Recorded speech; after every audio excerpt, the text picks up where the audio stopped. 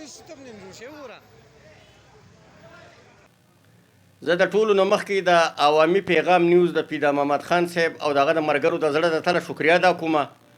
دا کومه فیصله چې بېګا د پېټرولیم په مصنوعاتو کې شوې ده، زه د تاجر برادرۍ د نماینده په حیثیت باندې د سوات د تاجر برادرۍ د طرفه دا موجوده ظالمانه د پېټرولو د فیصله موږ مسترد کوو او موږ دا وینا کوو چې په موجوده حکومت کې او په تیر شوي حکومت کې هیڅ قسمه فرق نشتی. دا دواړه حکمرانان چې دي دا عوام دشمنه پالیسیانې به دې قوم باندې مسلط کوي او دا IMF ورلډ بینک چې ورته ویلی کېږي د هغې په ډکټیشن باندې او د هغې په اشارو باندې دا دواړه حکمرانان چې دي دا دواړه د هغو په پالیسیانو باندې چلیږي.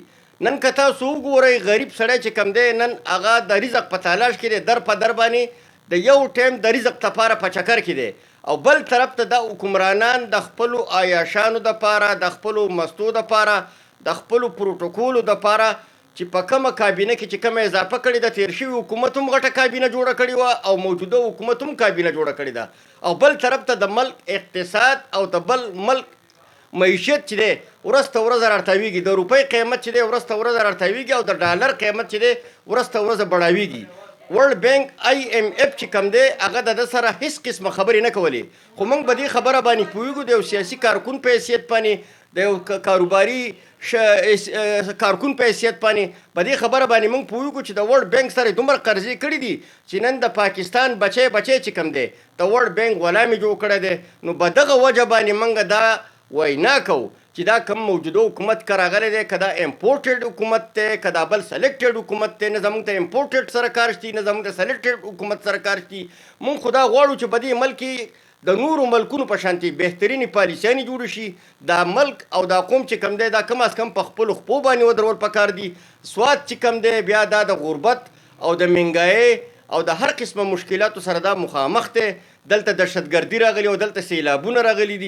نو د سوات عوام چې کوم دی نن سبا که تاسو وګورئ هغه د یوې د وړو بورۍ په تالاش کې سحر نه واله د ماښامه پورې سرګردانه ګرځي. په دغه وجه باندې موږ دا فیصله کړې ده، تاجر برادرۍ دا فیصله کړې ده چې کومه فیصله بېګا دې نامنهاد حکمرانانو کړې ده دا د پېټرولو دا فیصله چې کومه ده دا موږ مسترد کوو. د دې سره به په خوراکي شیزونو کې سل په سله باندې به اضافه وشي.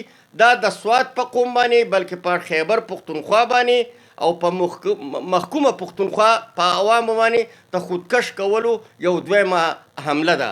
موږ اورېدلي دي چې نور مزید هم بجلي ګرانېږي او پېټرول هم 15 ورځې پسې میاشت پسې کم تاریخ باندې رسوله تاریخ باندې ګرانېږي. نو دا د بجلۍ خبره خو تاسو وکړه چې تاسو ټولو ته معلومه ده چې دا بجلي چې کوم ده دا د پښتونخوا وطن ملکیت دی، اوبه هم د پښتونخوا وطن دي، بجلۍ هم د ډیمونه هم دي. په 1.5 روپۍ باندې موږ یونټ خرڅو او واپس بیا حکومت په 100 او په 50 روپۍ باندې یونټ اخیستی کېږي. هم په زرګاو روپۍ د بجلۍ بیلونو یونټونه ورکوو او بل طرف ته په موږ باندې د بجلۍ لوډ شیډینګ په موږ باندې مسلط دی. جون را روان دی په جون کې د دې خلکو دا تمه ده چې کم از کم حکومت په موږ له ریلیف راکوي. په ټوله دنیا کې که ته وګرځې چې څومره جمهوري ممالک دي د هغو په پالیسیانو کې هیڅ قسمه تبدیلي نه راځي. حکومت بدلیږي را بدلیږي خو په پالیسیانو کې تبدیلیانې نه راځي. که دغسې ریټایر ملازمین دي، که دغسې سرکاري ملازمین دي، که دغسې سیول سوسایټۍ والا دي، دا کم خلک چې کم دی دا کم از کم دې حکومتونو ته په انتظار باندې ناست دي چې دوی به زموږ د قوم دپاره او زموږ د ملک دپاره بهتریانې پالیسیانې به جوړوي.